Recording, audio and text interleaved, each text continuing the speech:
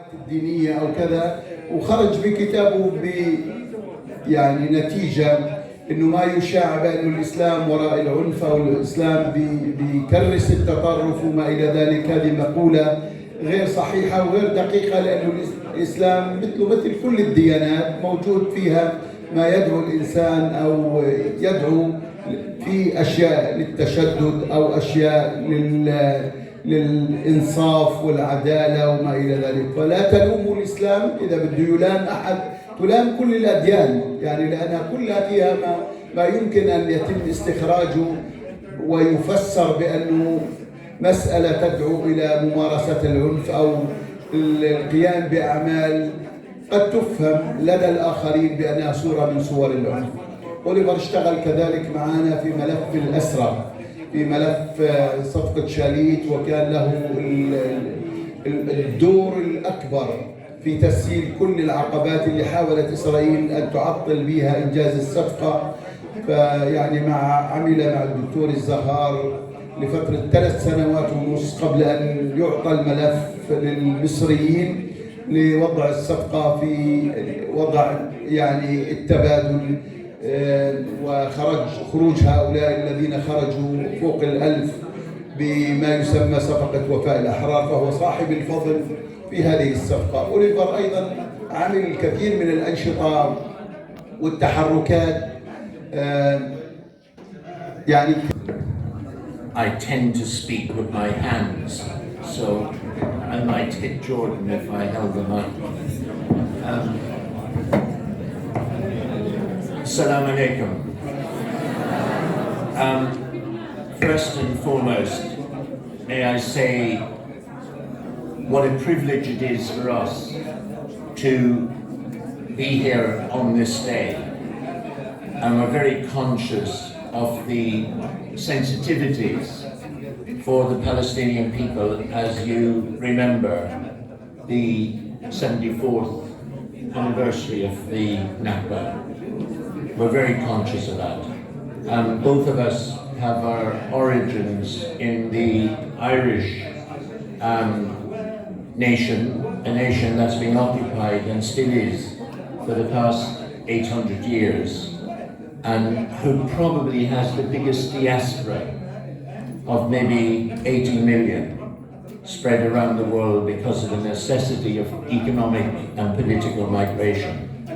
So I hope you will understand it's with empathy and understanding that we try and share with you some of these thoughts. Now, if I may begin by كم واحد معوش ميكروفون ترجمة تقريبا؟ كم واحد؟ Can you hear me? I'll speak louder to overcome the mumble. In the world today, there's an estimated 1.8 billion people who identify themselves as Muslim. That's nearly 25% of the world population. And in 26 countries, stretching from Asia through the Middle East to Africa, Islam is the official religion of these nations, the state. Now, I would say, and I want to emphasize this from the beginning, that in my observation, in my judgment, the overwhelming majority of Muslims live their faith, live their lives in a very peaceful and constructive way, in a way that contributes greatly to the peacefulness and development of not just their local societies, but also to the global society. So that, I would say, is an observation, a judgment that stands up to scrutiny. In other words, the world is a better place because of the presence of 25% of the population who practice, who follow the values of their faith. In Britain in particular, we have 4% of the population, nearly 4 million people are Muslim. I would say Britain, unquestionably, is a much better country because of the presence of the Muslim community. I think this was very much proved recently in the recent pandemic. Right in the forefront of the British response to the pandemic in those islands, especially of England, Scotland, Wales, were the Muslim doctors, were the Muslim health workers, were the Muslim care workers. They were the people who put their lives on the line to save people. They put their lives on the line because they believed in humanity. And their contribution has helped greatly to the fact that more or less the pandemic now is under control. 200 Palestinian doctors and nurses belong to the National Health Service group identifying as Palestinians in Britain.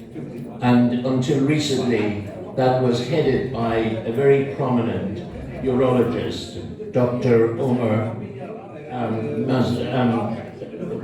Masoud's son. That, I want to say, is the positive contribution that we have to take into account.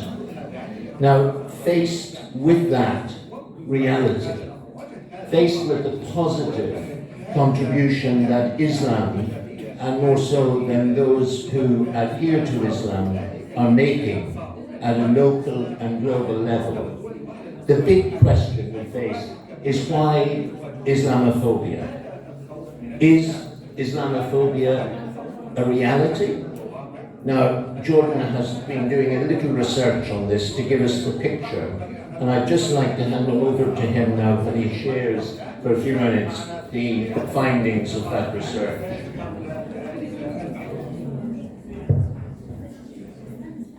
Hello everyone. My name is Jordan Morgan. I've been the Middle East Programme Director for the last 3 years, and before that I thought I'd just share with you the work that I was doing for 3 years working with British Muslim communities in the United Kingdom. I recognised the great positivity that the communities were making to society at all levels, politically, socially and economically.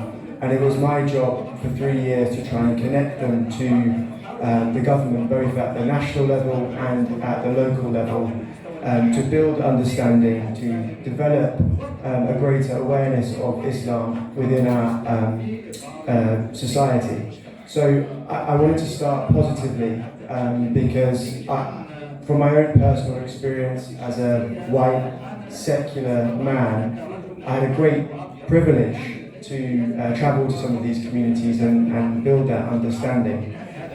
That said, there are many challenges when it comes to Islamophobia that I have dealt with, and I wanted to share with you some of the research that I discovered across the European member states and countries. So if we look at the UN Special Rapporteur on Freedom of Religion, Islamophobia is rooted in misperceptions and misunderstandings of Muslims and Muslim communities.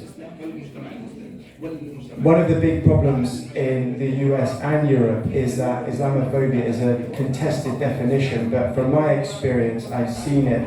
I've heard the testimony of Muslims in Europe and in the UK of the challenges that they're facing. Some of the narratives that you hear are based around intolerance.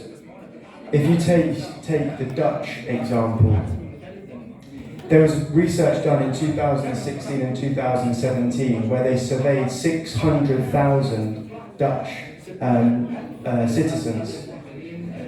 They analysed the language that was used to describe Muslims in the Netherlands, and the 3 words that came top were radical, extremist, and terrorist. Those are the top three adjectives used to describe Muslims. When Dutch people came to describe themselves, they used the words known, average, and beautiful. Oliver mentioned the positivity that the Muslim communities in the UK gave our society in combating the COVID-19 pandemic. In the UK, Muslims were blamed in some quarters for spreading COVID-19, and the great contribution that they made to combating the pandemic was lost by some of the right-wing press and media narratives. If you look at how Islamophobia is also operationalized on the security front, in 17 states, they have now reportedly employed counter-terrorism measures which are deemed by Muslim communities to target them specifically. Sweeping definitions of terrorism encompass large swathes of Muslim identity, thought, practice, and belief. And in a lot of these countries, the balance between civil liberties and security is lost because of the lack of oversight of these counter-terrorism laws, policies, and practices. If you look at the economic exclusion of Muslims, a third of all Muslims across 15 EU states feel discriminated against. And this discrimination, if we look on the left-hand side of the room, is acutely felt by Muslim women because of the visible expressions of faith in the hijab and that men don't necessarily feel. If we look at other sectors, education, healthcare and housing, again, there are challenges there. If we cast our minds back a few years to the refugee crisis caused by the Syrian war and the displacement of people into Europe, Hungary and Slovakia challenged the European Union's allocation of refugees. Some would say that it was because they were Muslim.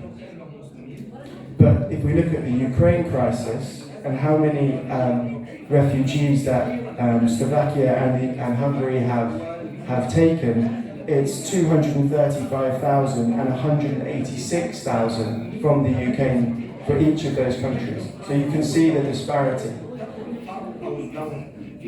And generally, the last point I'd like to make before I hand back over to Oliver is the general mistrust of Muslims in Europe.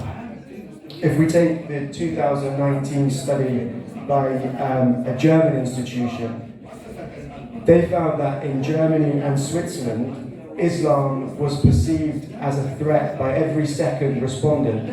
And in the UK, where I was working, almost 2 in 5 shared this perception. So that is a very brief snapshot of the kind of factual challenges. I'd now like to hand back over to Oliver to look at the causal factors. Shukran.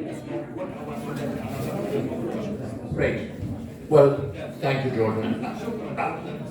We've seen now what we have. We have, I would say, the reality of the positive contribution to Islam, local and global, to the peacefulness and development of the world.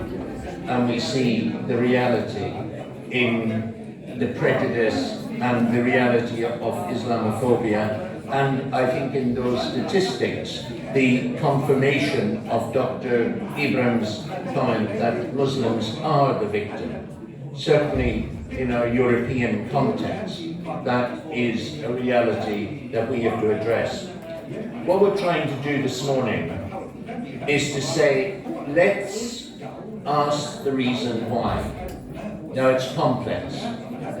I think none of us do a service to humanity or to ourselves if we simplify the causal factors.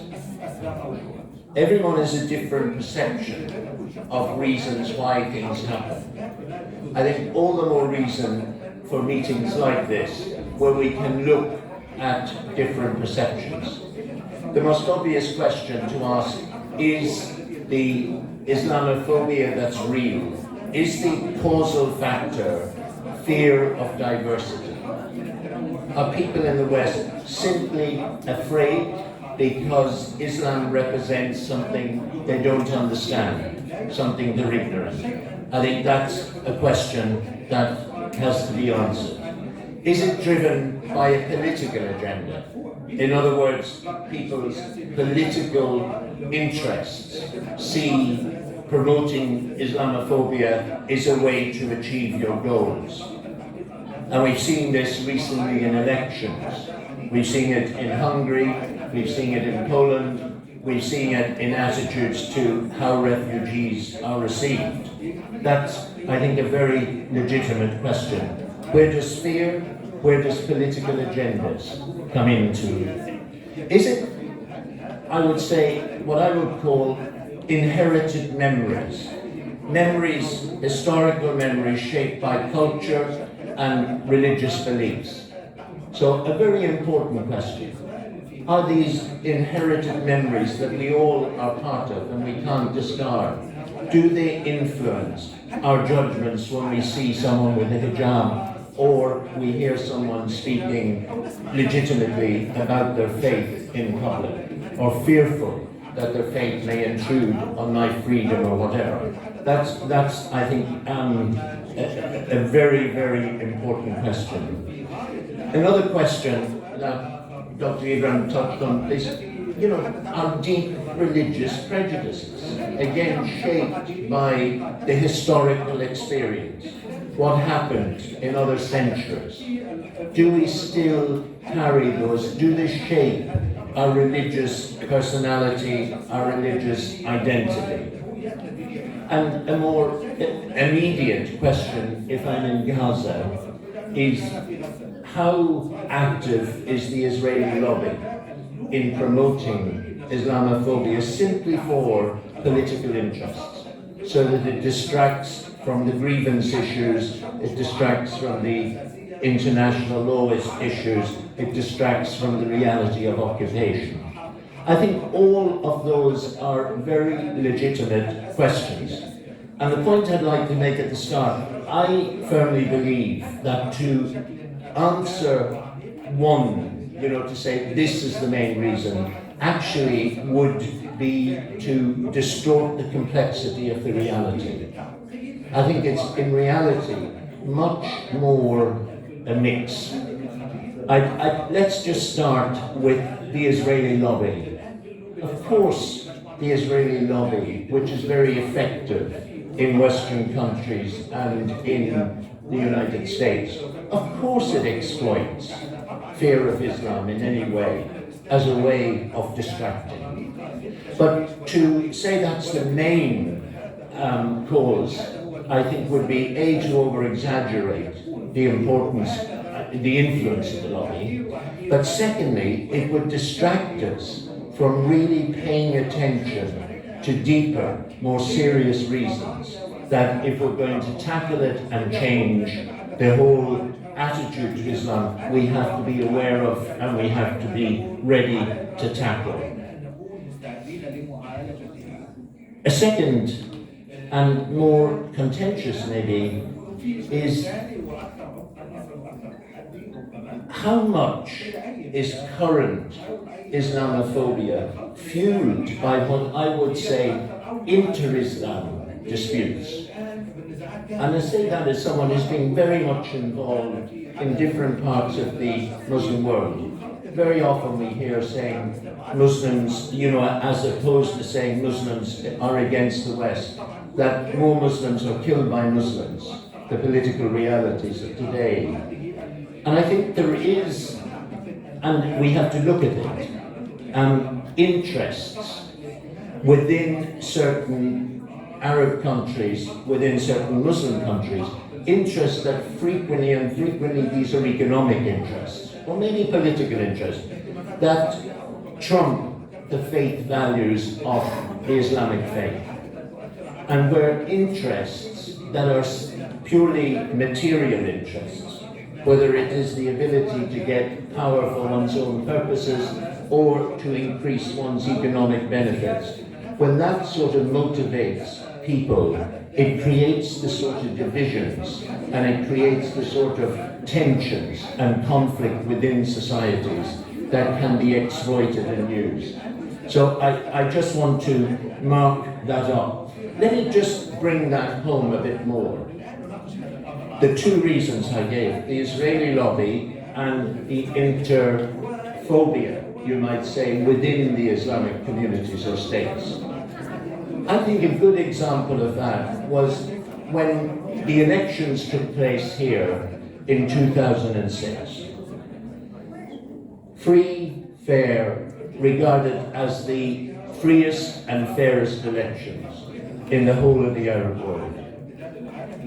Why was the result, the democratic choice of the Palestinian people, not respected? For me, as an analyst, and I'm not saying this is right, I'm not saying it's purely from my observations, I think it is two of these causal factors that I put together. First of all, the obvious, the Israeli lobby. Elliot Abrams was then George Bush's and Condoleezza Rice's chief person. He knowingly, I think, and I would say it to his face, he knowingly set conditions that no respectable government would accept, because there were conditions of joining government that was aimed at excluding Hamas from government. So his influence certainly played, and his interests were driven by political purposes. But the second, I think, came from America itself and from the interphobia, the interdisputes. And that was, you may recall, immediately after the Second World War, there was a meeting on a ship in the Suez Canal. And that meeting was between Roosevelt and King Abdulaziz of Saudi Arabia. And it was called the Oil for Security Deal. The Oil for Security Deal. Saudi Arabia and America made a pact that America would protect the Saudi Arabia because of the source of oil. And American foreign policy then was very much driven, and still is up to recently, by economic interests. So Hamas winning, an Islamic party coming to power through the will of the democratic choice of people, presented a threat to that established order, the oil for security.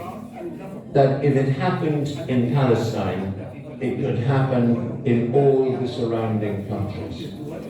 And it was the unknown, the other, I would say, phobias that played into American decision-making at the time.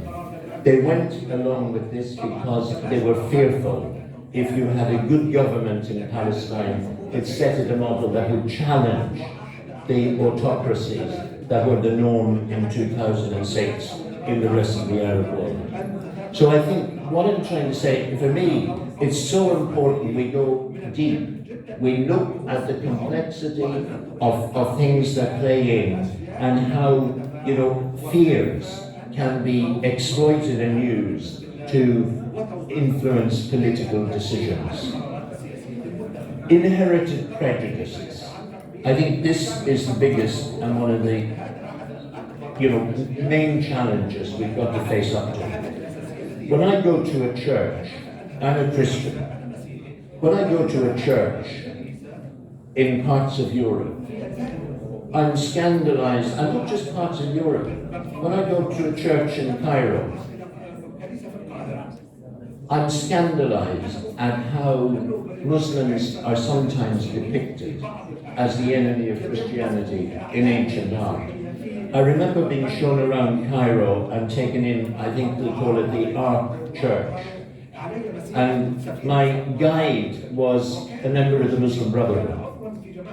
And we were looking at an icon, and I just froze. because it showed Moorish, the more the Turk, whatever the image would have been or the description at the time, but basically Muslim soldiers being put to the sword by Christians. I froze, thinking, my God, we are feeding prejudices in a religious context, probably totally unaware. We're feeding ancient prejudices that are spilling into modern day approaches and attitudes. More recently, before my wife died, we went to a church in Cadiz in Spain. And right above the altar was this 16th century statue thing. Again, a saint with his sword, slaying Muslims. I think it's that cultural prejudice is fed through traditional piety, traditional art, but also modern contemporary culture. You look at this film, I was telling Dr. Ahmed, The Kingdom of Heaven. The film made recently with a great actor. What was it about? It was about the Crusades and the horrendous slaughter and devaluing of the human lives. I think all of this, in a way, needs to be challenged. Churches in Britain, we have this wave now of taking down statues of slave owners and people who were colonizers and abused the colonies. But equally, I think the Christians particularly have to look in their own inherited piety and say this is inappropriate. We should remove this. There was the great story of the Madrid conference. The person who organized it 40 years ago told them when he went into the room, he saw similar paintings on the wall where the Spanish had just totally unconsciously said, oh, we have the conference here.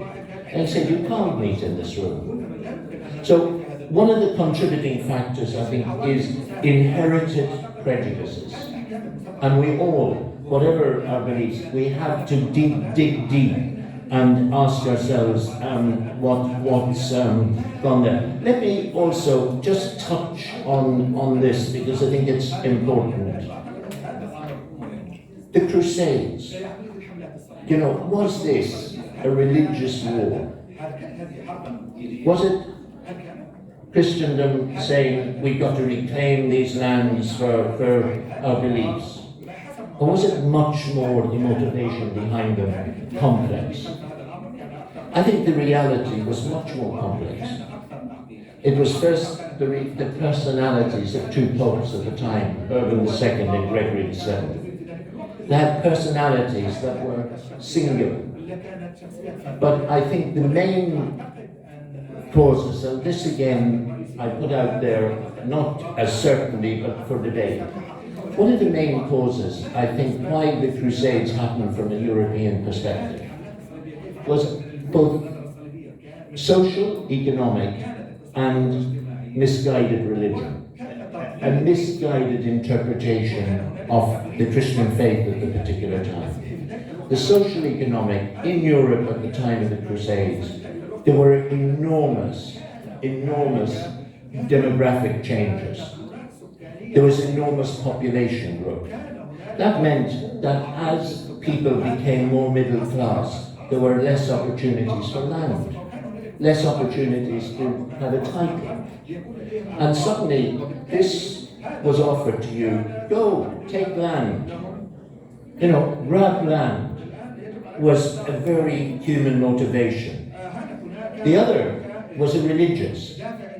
That it was a time in Christianity when people were obsessed with sin and obsessed with penance and how that you could gain remission for your sins. Now, no one at the time, there was great debate, theological debate. But the one sure thing was, go, fight for, Christian principles and you redeem yourself.